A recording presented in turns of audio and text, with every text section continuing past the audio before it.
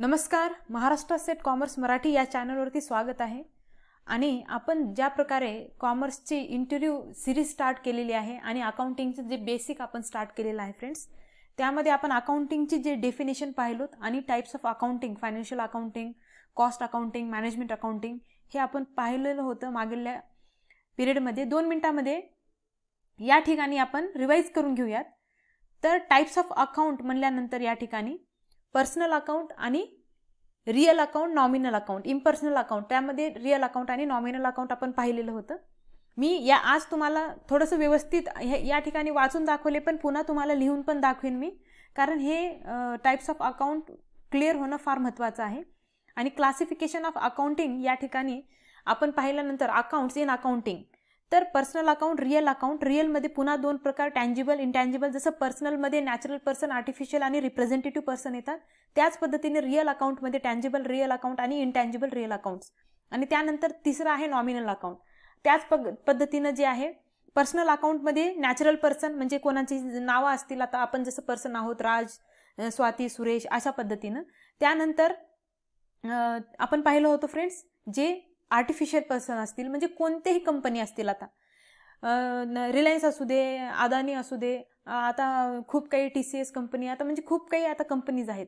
तर बँक आहेत, HDFC bank, SBI bank, Maharashtra bank, हे सगळी गोष्टी काय आर्टिफिशियल पर्सनमध्ये येतील।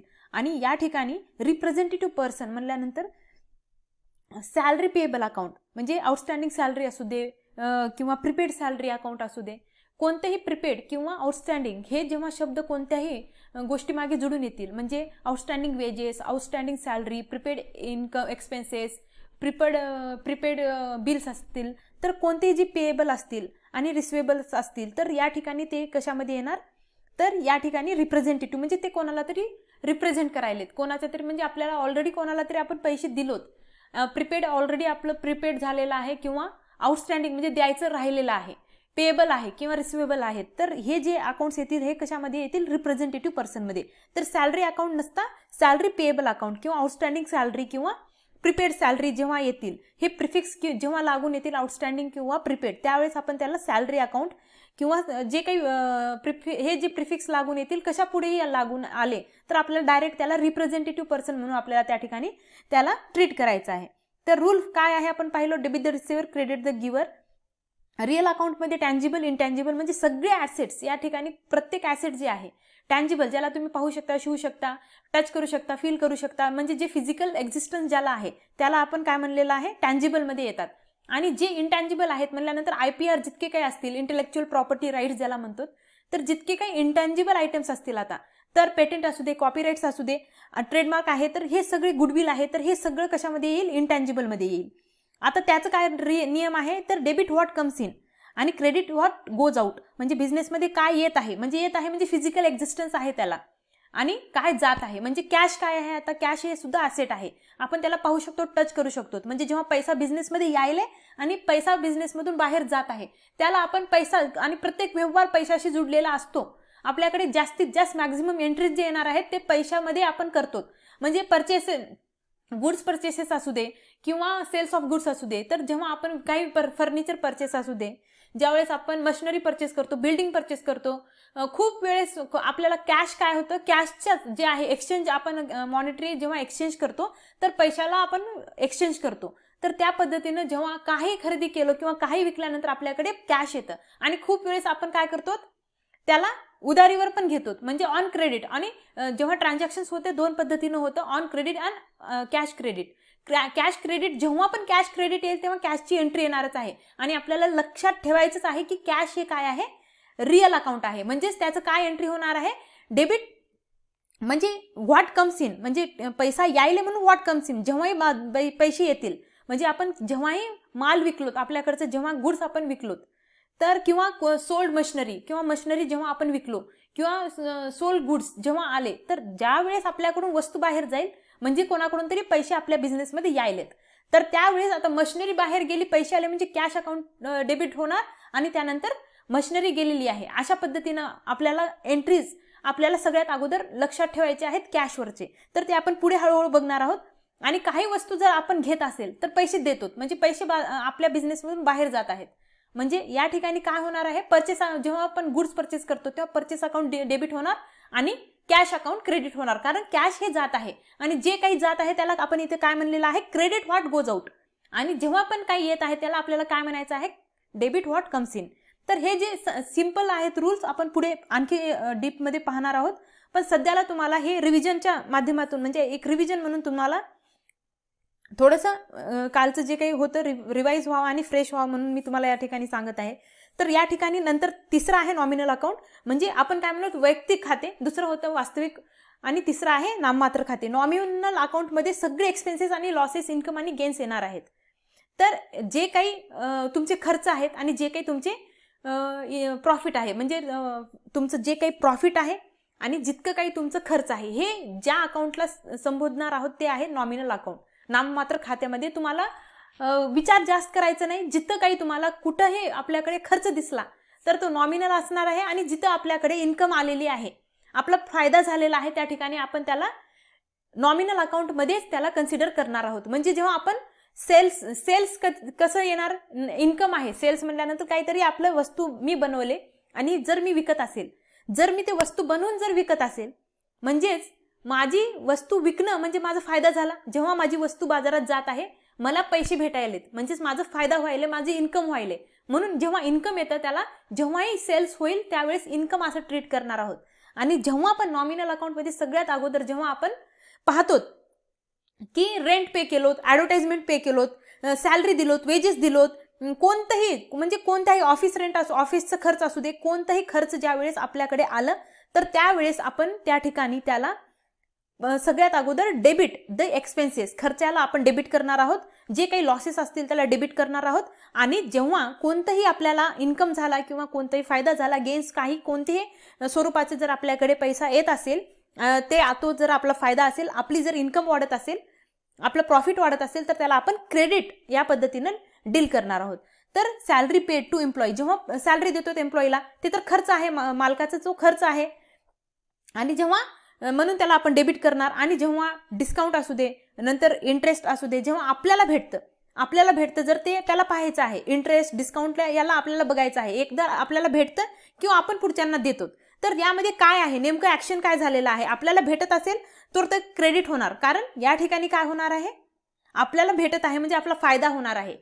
आणि credit the incomes and gains आहेत, त्यामुळे क्रेडिट होणार. आणि जर आपण पुढच्याला देत असेल, जर या ठिकाणी बिझनेस देत आहे, असं जर आपण स्वतःचा बिझनेस आहे आणि आपण दुसऱ्याला डिस्काउंट इंटरेस्ट देत असेल किंवा कमिशन देत आहोत, तर या ठिकाणी काय होणार आहे, आपल्याला तो खर्च म्हणून या ठिकाणी त्याला ट्रीट करावा लागेल. तर या पद्धतीने आपण जे काही कालच्या सेशनमध्ये जितकं काही आपण पाहिलेलं होतं त्याला 2 मिनिटांमध्ये मी तुम्हाला एक वेळेस लिहून या ठिकाणी सांगेन. त्यामध्ये तुम्हाला हे करायचं आहे की व्यवस्थित या ठिकाणी तुम्हाला नोट्स बनवून घ्यायचे आहेत, आणि जेणेकरून प्रत्येक आता पुढचे जितके काही एंट्रीज येणार आहेत, ह्याच आपल्या गोल्डन रूल्स ऑफ अकाउंटिंग, याला सगळ्यात सुवर्ण नियम आपल्या अकाउंटिंगचे असं म्हणतो आपण याला. तर हे गोल्डन रूल्स ऑफ अकाउंटिंग जर तुम्हाला एक वेळेस समजलं, आणि त्याच्यामध्ये कोणते कोणते अकाउंट जर शोधायचं आपल्याला समजलं, कोणतं अकाउंट कोणत्या अकाउंटला रिप्रेझेंट करत आहे, जर सॅलरी आहे किंवा वेजेस किंवा सॅलरी अकाउंट म्हणले मी, तर तुम्हाला लगेच क्लिक झालं पाहिजे की हे नॉमिनल अकाउंट आहे. जर मी कॅश म्हणत असेल, मशिनरी बिल्डिंग म्हणत असेल, पॅटंट किंवा गुडविल किंवा ट्रेडमार्क असे कुठले शब्द आले, तर हे सगळे आपले काय आहेत, रिअल अकाउंट आहेत. आणि ज्या ठिकाणी एखादी कंपनी असेल किंवा एखादी पर्सन असेल किंवा आउटस्टँडिंग एक्सपेन्सेस किंवा प्रिपेड एक्सपेन्सेस असा शब्द आला, तर त्या ठिकाणी पर्सनल अकाउंट आहे असं तुम्हाला हे स्वतःला जेव्हा हे शोधायला येईल, म्हणजे लगेच तुम्हाला एका एंट्रीमधले 2 अकाउंट ओळखायला आले, तर त्या ठिकाणी तुम्हाला कोणतीही एंट्री बनवणं खूप सोपं जाणार आहे. तर या ठिकाणी बघा, सगळ्यात अगोदर आपण पाहिलेलं अकाउंटिंगची डेफिनेशन वगैरे पाहून झालेलं आहे फ्रेंड्स आपलं. आणि 1 मिनिट,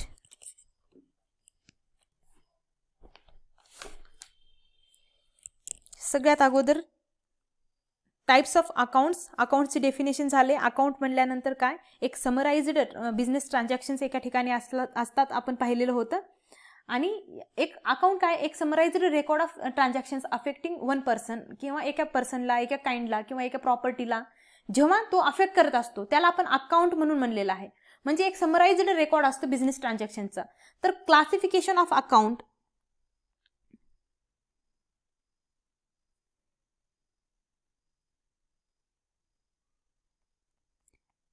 क्लासिफिकेशन ऑफ अकाउंट या ठिकाणी आपण पाहिलेलं होतं. जर तुम्हाला पाहायचं असेल तर व्हिडिओ, तुम्ही कोणताही व्हिडिओ जर तुम्हाला पाहायचा असेल तर 2x वरती करून घेत जा फ्रेंड्स सेटिंगमध्ये, कारण या ठिकाणी लिहून वगैरे सांगायला दाखवायला वेळ लागतं. पण तुम्ही याला व्यवस्थित पद्धतीनं याला तुम्ही सेटिंगमधून थोडंसं फास्ट फॉरवर्ड करून पाहू शकता. तर क्लासिफिकेशन ऑफ अकाउंटमध्ये सगळ्यात अगोदर आपण पाहिलं होतं पर्सनल अकाउंट.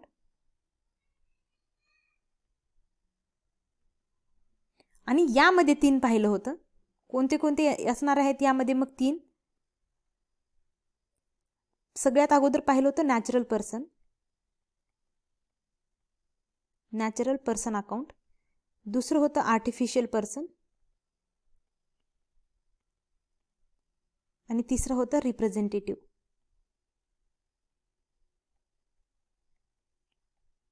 हे सगळ्यात अगोदर पहिला अकाउंट आहे पर्सनल अकाउंट.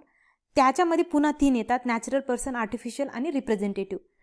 आता नॅचरल पर्सन म्हणल्यानंतर माझंच नाव घ्या. आता स्वाती अकाउंट जर येत असेल किंवा तुमचं स्वतःचंही नाव घेतलं तर कोणाचंही जितके काही नावं आहेत हे नॅचरल पर्सनमध्ये येतील. आर्टिफिशियल पर्सनमध्ये उदाहरण घेतले होते मी.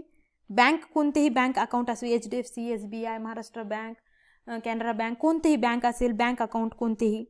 आणि त्यानंतर कोणते येतील? मग कोणतेही कंपनीज असतील, म्हणजे रिलायन्स असेल, रिलायन्स, TCS, अडानी. तर आता हे कोणतेही, आता आदिदास, नाईकी, कोणतीही जे कंपनी असेल, जर त्या ठिकाणी हे जे आहेत तर आर्टिफिशियल कंपनी, मग कोणतं स्कूल असेल, कॉलेज असेल, कोणतंही जे एक असोसिएशन आहे, संस्था आहे, अशा पद्धतीने काम करतं, त्याला आर्टिफिशियल पर्सनमध्ये येणार. आणि रिप्रेझेंटेटिव्ह पर्सन म्हणल्यानंतर कोणत्याही एक्सपेन्सेस पुढे वगैरे पेएबल जे असेल, सॅलरी म्हणजे आउटस्टँडिंग आणि प्रिपेड हे शब्द दिसले तर आपल्याला काय करायचं आहे? Representative person. मग याच्या पुढे सॅलरी असेल, हे वेजेस असतील, रेंट असेल, प्रिपेड रेंट असेल, कोणतंही म्हणजे प्रिपेड सॅलरी असेल, काही असेल तर प्रिपेड आणि आउटस्टँडिंग हे जेव्हा येतील कोणत्या तरी तिसऱ्या अकाउंटला रिप्रेझेंट करत आहेत, हे म्हणजे आपल्याला पैसे यायचे आहेत. आपण आउटस्टँडिंग प्रिपेड म्हणल्यानंतर अगोदरच आपण दिलोत. आता 1000 रुपये बिल असेल आणि आपण काय केलो, 1000 रुपये जर बिल आलेली असेल आणि आपण पे केलो त्याला 2000 रुपये, तर 1000 रुपये ऑलरेडी प्रिपेड झाल्यासारखे असतील. टेलिफोन बिल्स असू दे, कोणतंही बिल असू दे. आणि आउटस्टँडिंग म्हणल्यानंतर 2000 रुपये बिल झालेली आहे आणि आपण 1000च दिलोत, म्हणजे 1000 आणखीन आपल्याला काय करायचं आहे फ्रेंड्स? त्या ठिकाणी द्यायचं आहे. आता द्यायचं आहे, प्रिपेड म्हणल्यानंतर ऑलरेडी दिलेलं आहे. तर अशा पद्धतीनं हे झाले आपले रिप्रेझेंटेटिव्ह अकाउंट. आणि आता पर्सनल अकाउंटमध्ये पर्सनल झाल्यानंतर आता दुसरं आहे आपलं रिअल. तर हे रिअल अकाउंट म्हणल्यानंतर सगळे ॲसेट्स येणार या ठिकाणी. तर रिअल अकाउंटमध्ये आपण पुन्हा पाहिलो होतो 2 अकाउंट. या ठिकाणी लिहिते मी टँजिबल, ओके, नाहीतर असं घेऊया, त्याला व्यवस्थित वाटेल थोडंसं. याच ठिकाणी घेऊयात. हे क्लासिफिकेशन ऑफ अकाउंटमध्ये हे दुसरं आहे रिअल या ठिकाणी. आणि हे रिअल अकाउंट, आणि या ठिकाणी रिअल अकाउंटमध्ये पुन्हा काय येणार आहे? टँजिबल, ज्याला आपण शिवू शकतो, पाहू शकतो, फिजिकल एक्झिस्टन्स आहे टँजिबल अकाउंट. आणि या ठिकाणी आहे इनटँजिबल. तर इनटँजिबल अकाउंट जर हे महत्त्वाचं राहिलं नसतं तर मी स्किप केले असते फ्रेंड्स, पण महत्त्वाचं आहे हे. मग रिअल अकाउंटमध्ये सगळे ॲसेट्स येणार म्हणले मी, ॲसेट्स. तर आता कॅश, सगळ्यात अगोदर तर कॅश येणार. आणि दुसरं आहे बिल्डिंग असेल, मग मशिनरी असतील, गुड्स असतील, मग या ठिकाणी फर्निचर. तर जितके काही ॲसेट्स आपण ज्याला पाहू शकतो, शिवू शकतो, हे इथे येणार. आणि इंटँजिबलमध्ये गुडविल आणि IPR सगळे, intellectual property rights, trademark, patent, तर हे सगळे या ठिकाणी येतील. आता तिसरं अकाउंट राहिलं या ठिकाणी नॉमिनल अकाउंट, ओके. तर नॉमिनल अकाउंटमध्ये काय येणार? तर एक्सपेन्सेस, याला 2 कॅटेगराईज आपण करूयात. आणि हे या ठिकाणी एक्सपेन्सेस, आता